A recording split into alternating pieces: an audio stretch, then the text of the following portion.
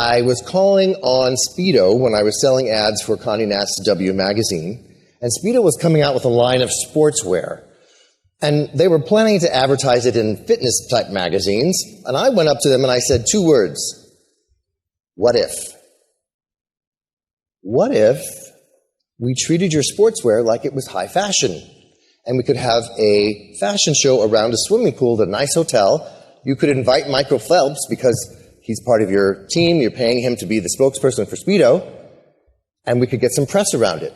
And they did, and I got some advertising that was not in the normal way of getting ads.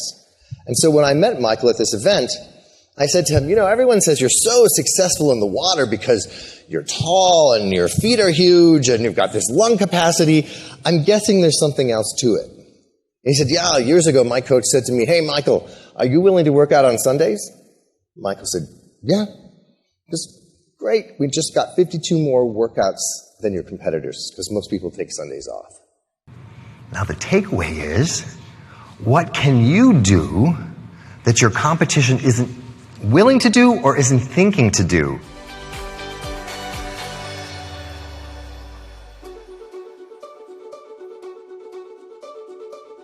The old way of selling is to push your message out. That's what commercials do. They interrupt your programming. Even an ad in a magazine is pushing. But when you tell a story, you pull people in. People go from listening to data in their left brain to, oh, you're going to tell me a story? Oh, maybe it'll be interesting, maybe even entertaining. You can think of yourself as Yoda in the movie Star Wars, right? Your client is the hero in the story, whether it's a client you're trying to get or a client that you've already gotten and you're describing how you help them. And you're either the Sherpa or Yoda in Star Wars to get them up. The person who tells the best stories becomes irresistible, because when you are irresistible, you're tugging at people's heartstrings, and that's what causes them to open the purse strings.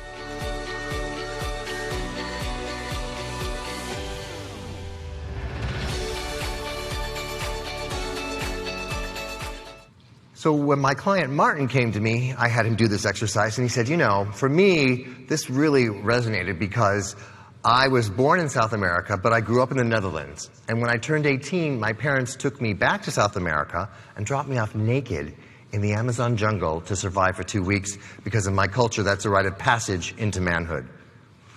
I said, wow, that's quite a story. Let's work on that for your pitch to get your startup funded. Okay, what lessons did you learn in the Amazon jungle? He goes, well, I learned how to focus and persevere and pivot. And I'm like, fantastic. And when he got in front of investors, he told that story, and he said, and I've taken those lessons from the Amazon jungle into the concrete jungle of being an entrepreneur. And he got his startup funded because the investor said, wow, if that guy can survive the Amazon jungle, he'll figure out anything that goes on in this world. So that's a little example of a good story. And why is it a good story? It's got 4 parts, and we're going to go into this in detail throughout the next 2 days. Exposition is the first part. The who, what, where, when. Paint the picture. In this case, when Martin was practicing this with me, sometimes he would forget to say, in my culture, it's a rite of passage to do this to children. I said, if you don't say that, it sounds like child abuse. Oh, right, okay. So not too much exposition and not too little, but really let them know he's 18, he's in the jungle, all that stuff, right? The problem is clearly he's naked for 2 weeks and has to figure this out. The solution is he does it. He learns these 3 life lessons: focus, pivot, persevere. And now the last part, the resolution. He got his startup funded from telling that story. And that resolution part of storytelling, 90% of the people will not do that. And so if you, start telling stories and have that structure of painting the picture, give us a framework. If you're going to talk about a client you helped, tell us how long it was in 2015, where it was, what their problems were, what solution you came up with, and what is life like now after working with you. That's the resolution. And then it becomes a much more compelling way for people to go, oh, I trust them, I like them, and I can see myself in that story. And guess what? The closing question is very different now. It's not a hammer. It literally is, does that sound like the kind of journey you'd like to go on too?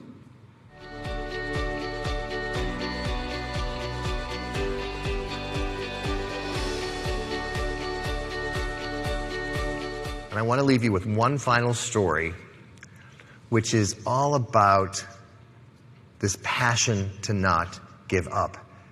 6 years ago, I met Françoise Gillot, who was Paloma Picasso's mother.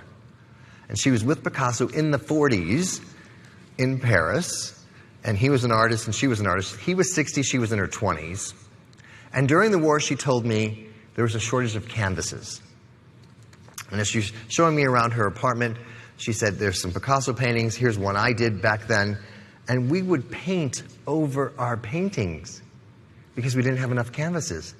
But the urge to create was so great that we would paint over our paintings.